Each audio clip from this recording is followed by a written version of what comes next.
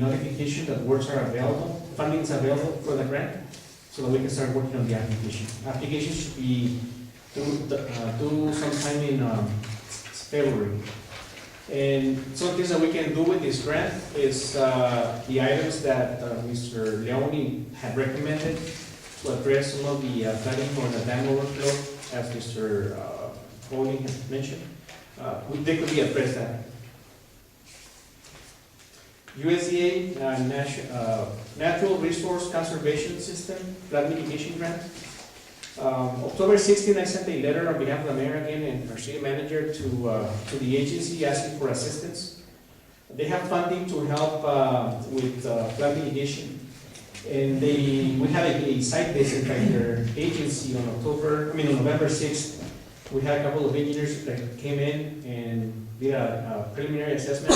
We're doing a second assessment to find or to get more numbers together and present this to Temple, Texas, where the headquarters office is. But they did discuss that there were two areas that they could focus on with their funding. And one was to help us improve the land on Stackyard, and also do some of the cleanup, get the sand out in some of the areas on the Poker area. So we're waiting for that assessment, and they'll let us know what we can apply for. The Texas Department of Housing and Community Affairs Disaster Relief Fund, I had mentioned that we submitted that application already. And this grant allows for rental assistance for up to 24 months for a family. In this case, the family will only cover 10% of their income towards the rent. We cover the deposit as well. Also, reconstruction assistance for up to $85,000 to rebuild the house or replace a mobile home. And also, or repair assistance for up to $40,000 for a home. The application was submitted, and yesterday I received a call that the application was approved by the state. We're going to be waiting for the contracts. The contracts should be coming to the mayor hopefully early next week.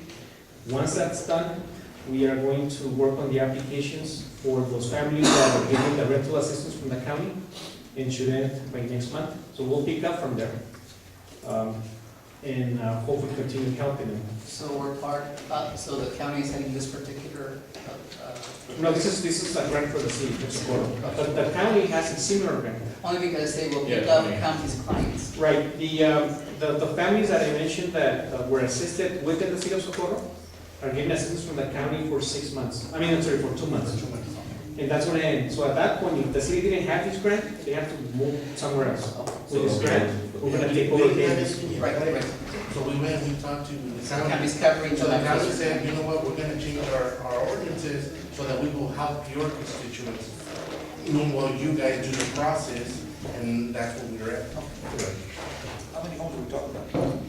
Well, sir, at this point, we have to start doing the outreach to identify. I mentioned that there's 109 families that were affected somehow.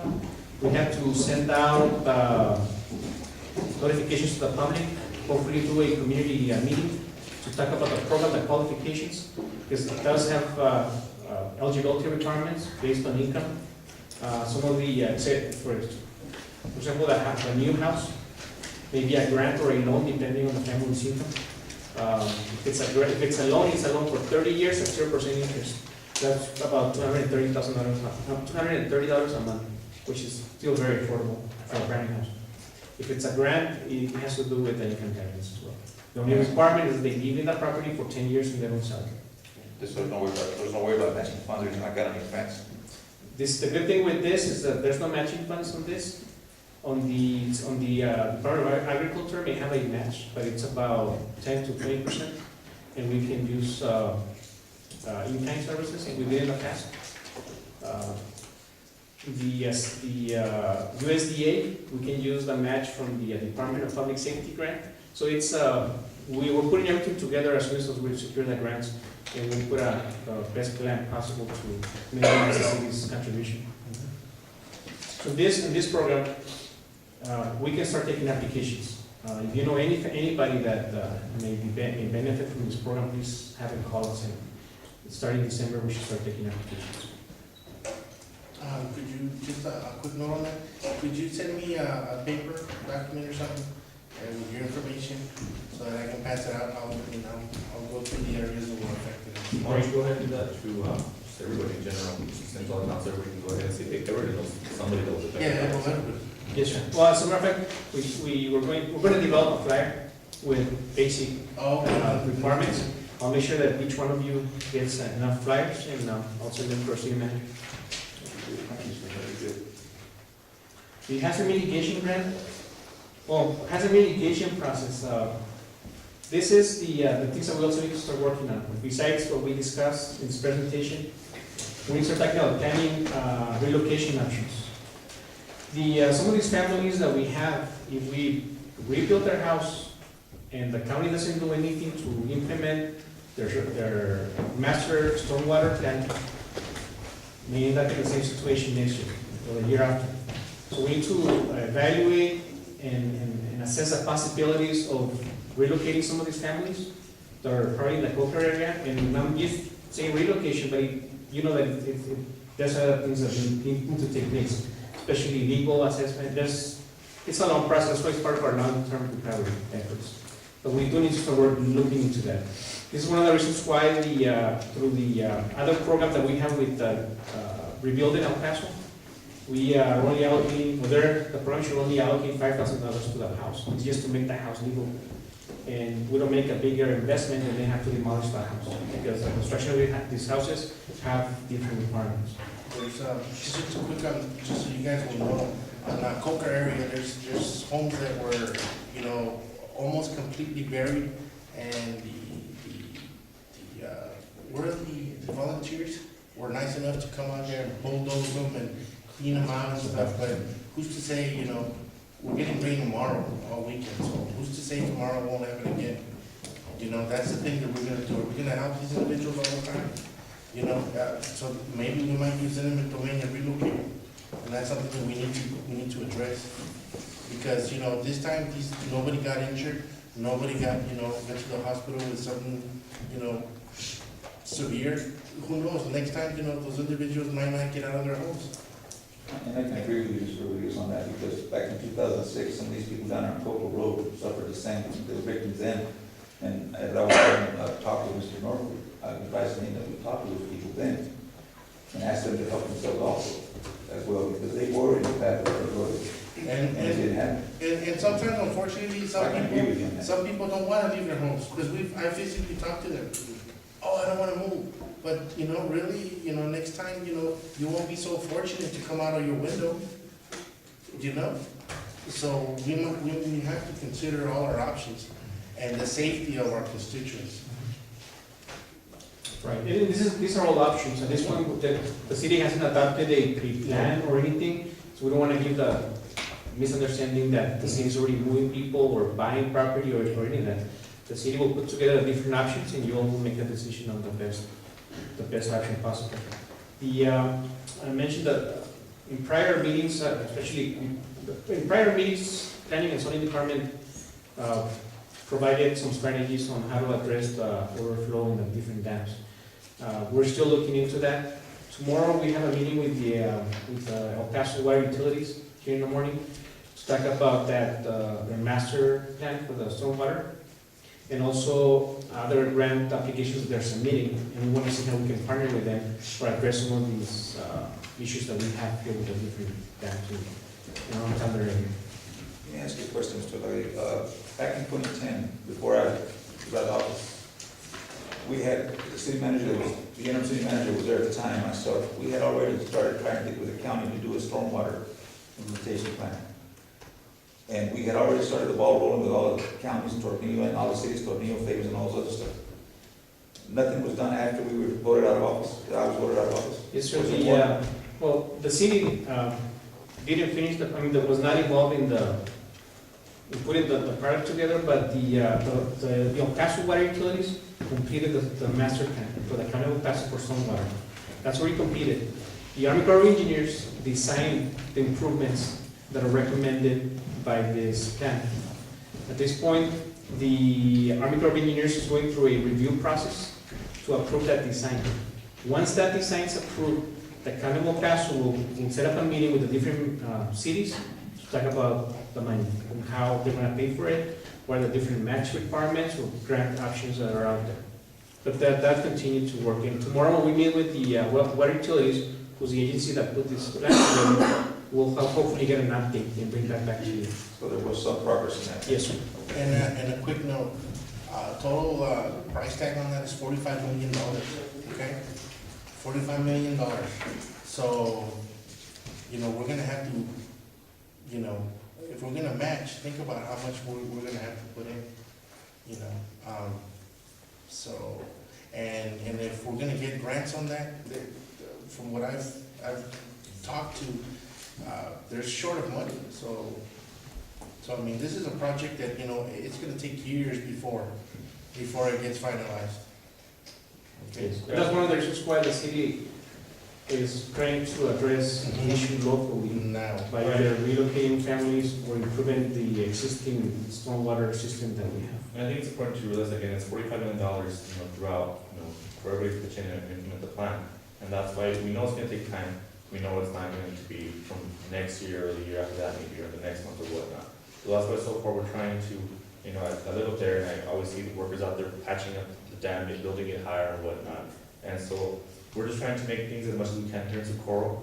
We know that a lot of things that happen outside of Socorro are out of our control. If they want to come in with money, they can. If they don't want to, we can't force what we're gonna do. What do we have? So it's just important to remember that we're always trying to make things better for Socorro. But other than that, outside federal, state, that's them. We can't force them to do anything they don't want to do. If they don't have money, where are we gonna get the money from? That's correct, so. We'll continue to search for grants and bring it back to you and discuss these options with you. The city, I know that's discussing some investments that down the road in the agenda, the things that will address these issues too and taking that leadership. So I'm happy to say that things are moving. The city is getting on the right pace and we're addressing our training and everything that needs to be addressed. If you don't have any questions? well, thank you, Mr. Orlando, you've been good help. That's right, thank you, sir.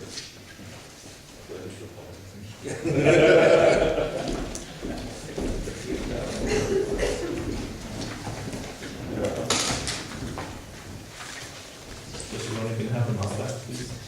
Can I have them off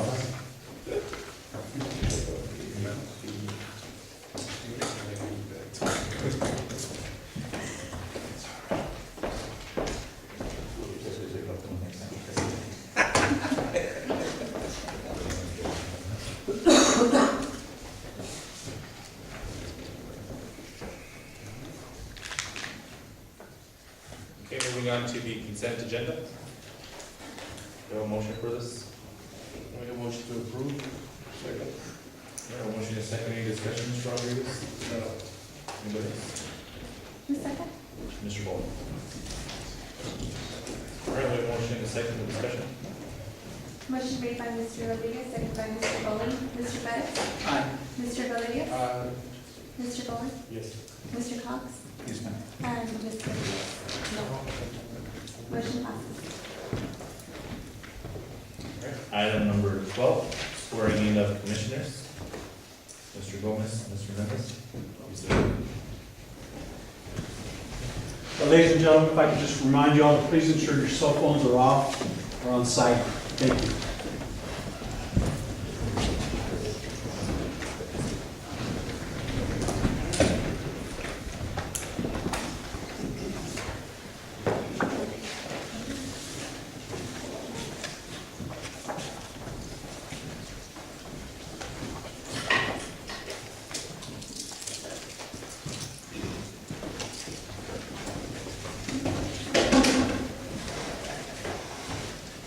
Please raise your right hand.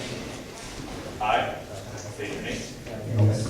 Do solemnly swear or affirm that I have not directly or indirectly paid, offered, promised to pay, contributed, or promised to contribute any money or thing of value, or promised any profit or employment as reward to secure my appointment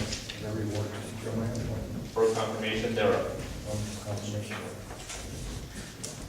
I, state your name, do solemnly swear or affirm that I will faithfully execute that I will faithfully execute the duties of the office the duties of the office of the city of Socorro, Texas, and will to the best of my ability preserve, protect, and defend the Constitution and the laws of the United States and of this state.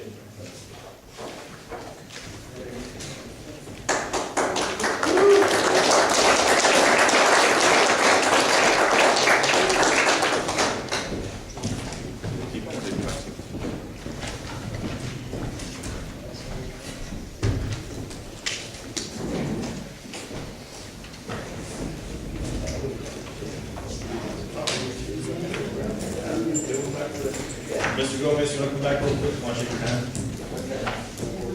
Forgot mine as well.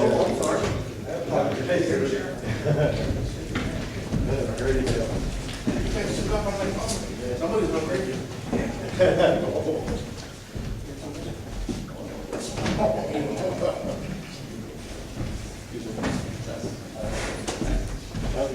for the meeting, okay? Thanks, Dave.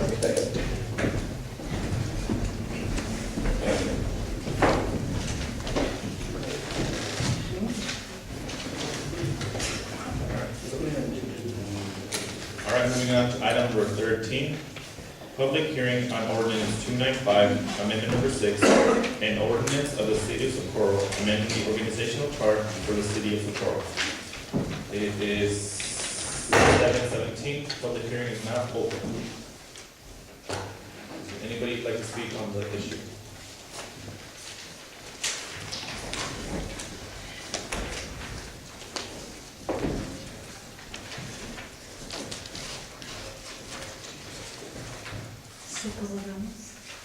Just a simple reminder who is at the top of the organizational chart. I have come up many years. Please respect this chart. Don't forget us. Gracias.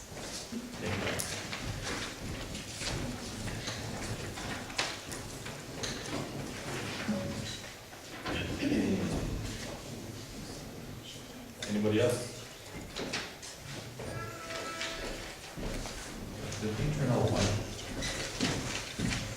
My name is Lorenza Friday, and it doesn't surprise me that you are changing the organizational chart now. However, when you all approved the budget, I brought it to your attention that the organizational chart plays a key role in the way you are going to distribute our tax money. And in distribution means that you're going to have employees that are going to maintain and operate our city government. Like it was mentioned just right now from one of our district representatives, in where our city is not maintaining our roads properly, which are our assets of the city, that we're not being given the amount of dollars that we really should be given, based on the fact that we're not maintaining our roads. Again, I'm going to tell you, next time you do your budgets, remember, the organizational chart is the key, which is the key word for infrastructure.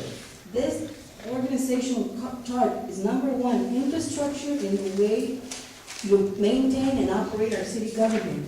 Then the other infrastructure where our roads, our main arteries and streets come into play. Please keep in mind that the organizational chart is very crucial to the way the city is going to be operated. I hope that you all have really worked hard on it and have really noticed what the changes are, because to be honest with you, I don't know what changes you made to it. Because I'm just giving an ordinance tonight saying you're amending it, and that's it. I don't know. And I wouldn't be able to tell you why were you making these changes or question anything. In the future, at least let us know what the changes are. Can you do that? I notice none of you are looking at me. Well then, I'm sorry, but I hope you're listening. You didn't notify us of what you're changing on the organizational chart. You only gave us a copy of the organizational chart. So we don't know your purpose of changing the organizational chart. Thank you. Thank you.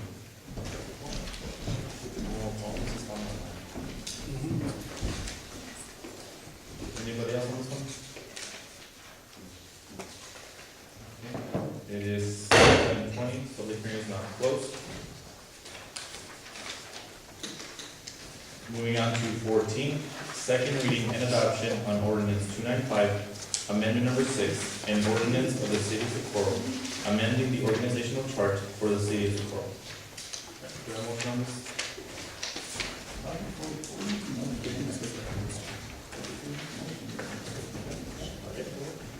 I do have some comments on it, but unfortunately I don't have my, the copy that's given to me. Oh, here. In, item number 2, we're talking about the code enforcers.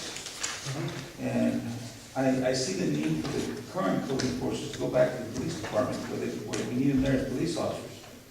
What I would like to propose on those code enforcers, since we're gonna make them civilians, I would like to propose that we change those code enforcers to fall under the command of the lieutenant or the vacant police chief position.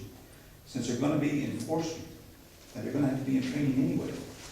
They're going to be enforcing the codes and the ordinances of the city. I think they need to have the guidance of the police department to help them on that. And I feel that they should be under the police department. That's an option. Okay? I also see that we're talking about a PIO officer. What is that item at? Item number 1, public information officer. I think we already have in front of you, I think the constituents here already have in front of them the public information officers right here. We are answerable to the public, we are answerable to our constituents. I don't feel that we need to hire and spend more money on a PIO when we're having trouble finding a engineer, certified engineer. I think we need to put that money for a PIO into locating an engineer that we can get all these things done, because on those grants that Mr. Leolag is talking about, we're going to have certified engineers signing off on those grants for us to be able to get those grants. So I'm gonna say that the PIO should be eliminated from there, and the mayor be the first primary PIO officer to the public and to the media. And if in his absence, the mayor pro tem. And if the mayor pro tem is not available, then I would suggest that the district, that it pertains to the district individuals, be the ones next in line. Or the city manager be answerable to the media and so forth. I don't see spending $40,000 that we can apply to something else that we need more of than a public information officer. And most of us here know the problems we had with the past PIO officer. I don't know where that came from. That came from that era of leaders. And there was problems then because we knew that there were issues that were brought up for the media that were not the truth. He was not being correct or honest with what he was saying to the media and telling the media about. That eventually went to the public support. So they were misled, I can tell you that. And I feel that and I'm going to repeat myself, I feel that we are the ones that should be answerable to the public, to our constituents. And I feel like we need to go and eliminate the PIO spot and maybe put that money back towards an engineer, because we do need certified engineers. Okay. On that one, I know there's, I guess there's confusion about what the PIO should do. Technically, in most organizations, government as well as public and whatnot, the PIO isn't the one that goes in front of the cameras.